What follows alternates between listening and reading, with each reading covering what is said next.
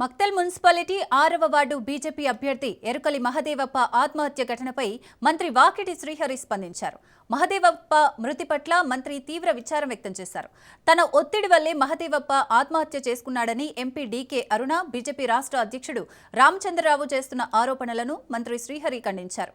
Nomination వేసిన నాటి నుండి ఇప్పటి వరకు తాను మహదేవప్పతో కనీసం ఫోన్లో కూడా మాట్లాడలేదని స్పష్టం చేశారు. ఒకవేళ తన ఒత్తిడి వల్లనో లేదా తన పార్టీ కార్యకర్తల వల్లనో ఈ ఘటన జరిగినట్లు తేలితే ఏ శిక్షకైనా సిద్ధమని ప్రకటించారు.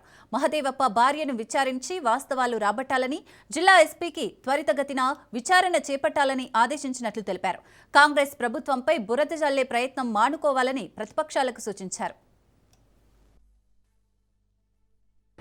వాస్తవంగా ఈరోజు ఉదయాన్నే నాకు తెలిసింది ఎరుకలి మహదేవ్ అని చెప్పేసి అభ్యర్థి చందాపురంలో చనిపోయారని కుటుంబానికి నా ప్రగాఢ సంతాపం తెలియజేస్తూ ఆ తర్వాత జరుగుతున్న పరిణామాలు, ఆ తర్వాత కొత్త కోణానికి దారి తీసి ఉదయం నాకు తెలియగానే డిపార్ట్మెంట్కి, ఎస్పీ గారికి స్పష్టంగా ఈ విషయంలో లోతైన విచారణ జరిపించాలా, చావు గల కారణాలను ఖచ్చితంగా తెలుసుకోవాలని చెప్పడం జరిగింది.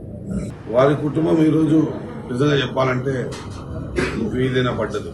రిజర్వేషన్ ప్రక్రియలో భాగంగా ఎస్టీ రిజర్వ్డ్ అయినటువంటి 6వ స్థానం, ఆ మొత్తం అంతా కుటుంబ సభ్యులంతా ఒకటే కుటుంబం చెందిన వాళ్ళు, మరి వారంతా వివిధ పార్టీలకు నిలబడటం, ఆ నిలబడిన సందర్భంలో రాజకీయ పరంగా చందాపురం గ్రామం కూడా ఇది అందరికీ తెలిసిన విషయమే.